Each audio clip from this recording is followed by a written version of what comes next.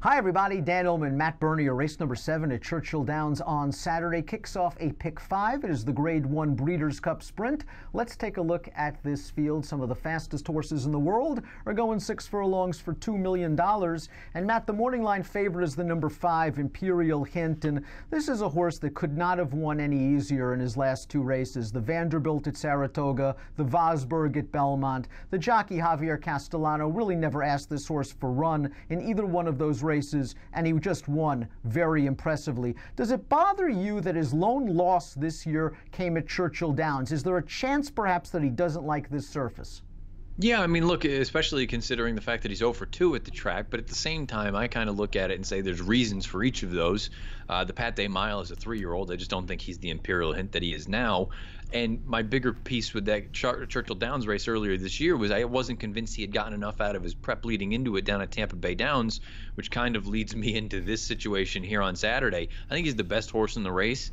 I'm not totally convinced he got enough out of that Vosburg leading into it. He was awesome winning that day, but how hard did he actually have to work? And the fact that he's facing the best horses he's ever faced in his life on Saturday, I just wonder at a short price, is he a little bit vulnerable? It's a fair enough point because in the Vosburg, it was basically a glorified paid workout. Since then, he has worked very fast, 3 furlongs, 34, a couple of other bullet workouts and going a half mile. Got to think Imperial Hint's going to be on his toes. He's going to have to take down last year's Breeders' Cup Sprint winner, Roy H., winner of the Santa Anita Sprint Championship, and he got a good test in that race. There wasn't a big pace on early, and Roy H. was sitting just off it while in the clear. It was a really nice trip, but I like the way he finished it off, and he's coming into this year's Breeders' Cup Sprint of a similar pattern as last year. Last year it was a second in the Bing Crosby with a 90-something buyer, a win in the Santa Anita Sprint with a triple digit, and then the explosion in the Breeders' Cup Sprint. Same situation this year, second in the Crosby sub 100 buyer, win in the Santa Anita Sprint, and an outside post here where Paco Lopez has options. Yeah, absolutely. And look, Roy H. is certainly a horse that fits in here. My big knock with him leading into this before the final entries came out for the Breeders' Cup Sprint was Beyer had the number much higher than Timeform did. Timeform had it significantly slower. Well, there's been some sort of an alteration to the number because now Timeform has that most recent run up at a raw 123 number. So if you believe that, he is back to the old Roy H. And if that's the case, then he fits in here quite well. And like you say, that outside post, Paco Lopez has options. If for some reason the pace doesn't materialize, which I don't believe will be the case, he can go. If it does, he can sit like he's just accustomed to doing. And again, Roy H., on his best day, he's right there. I mean, there's really not much to knock about him. Timeform US has a blue bar on their pace projector. Let's take a look at it right now, and I'm not sure I agree. It claims that this race will favor horses on or near the early lead, and it has promises fulfilled. The best 3-year-old dirt sprinter in the country out there on the lead, and I wouldn't be surprised if Promises Fulfilled makes the lead. He's very, very fast. He showed that in the Jerkins. He showed a lot of heart in beating older horses in his first start against older runners in the Phoenix last time out. But something tells me that Distinctive B, the uncoupled stablemate of Roy H., is in here to make sure that nobody gets away too easy. Yeah, I mean, really, when you look at it, how else could you possibly describe the whole thing with Distinctive B? He's not nearly good enough to win a race like this. At least on paper, it doesn't appear that way, and from a class standpoint. But he has big speed.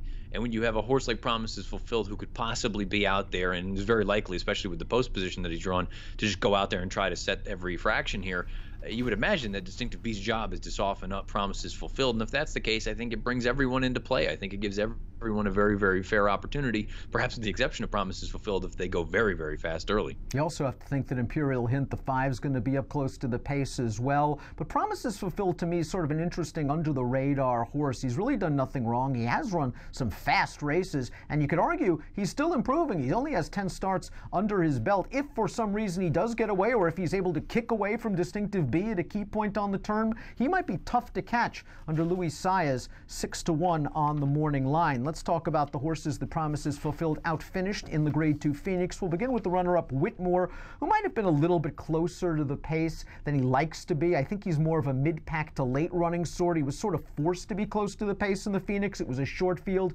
Promises Fulfilled looked like the long speed. He had every chance in the stretch, did Whitmore. He just didn't get there, but he is a real solid horse. I mean, how can you knock a horse that's banked $2 million? I was going to say hard hitter, shows up, runs his race basically each and every time. I don't mean this as a knock, but I think there's a real scenario, a real case to be made that in that Phoenix, he's defeated by a head and finishes second.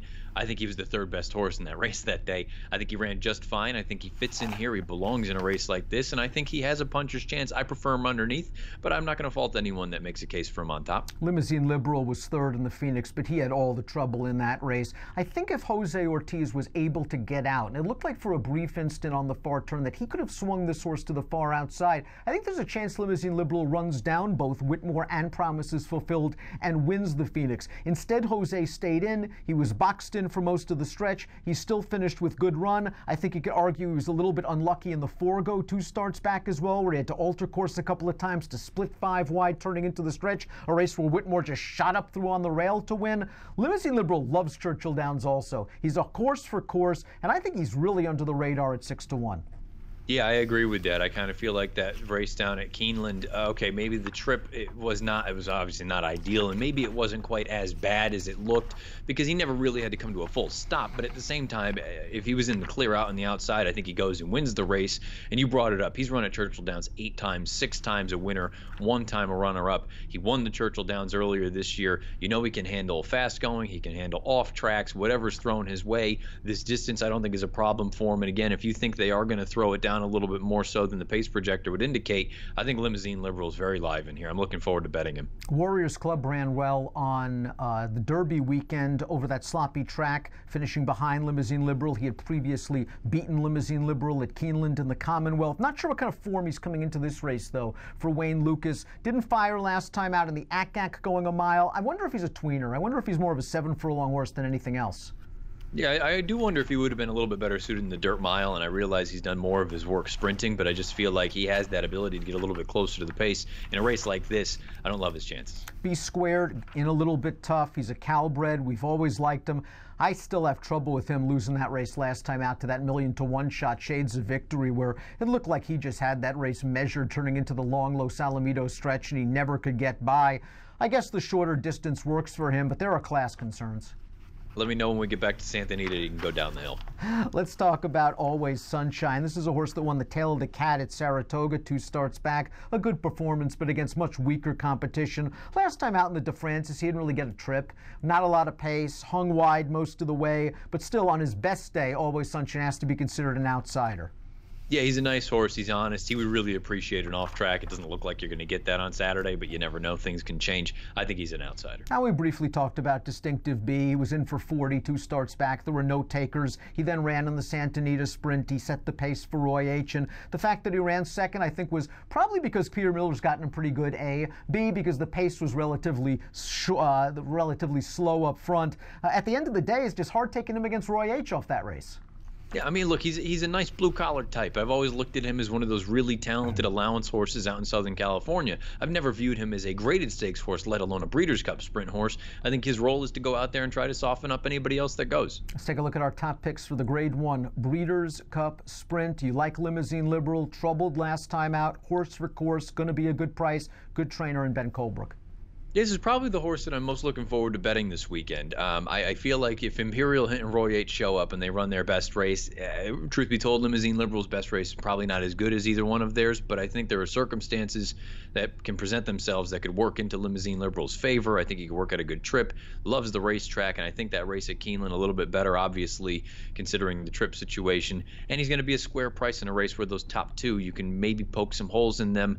8-5-9-2 for me. I'm going to lean on Roy H in here. I think he's coming into this race in similar fashion as last year's Breeders' Cup Sprint. I like this outside post for him. I think he can work out a decent trip. I think he should be looming on the outside, turning into the stretch. We'll see if Peter Miller has him ready to successfully defend his Breeders' Cup Sprint crown. I'm interested in Promises Fulfilled a little bit, if he can sneak away. I'm going to go 9-2-7-1 in the Grade 1 Breeders' Cup Sprint. It's race number 7. It kicks off a pick 5 on Breeders' Cup Saturday, and it has an approximate post time of 2:46 Eastern. Good luck.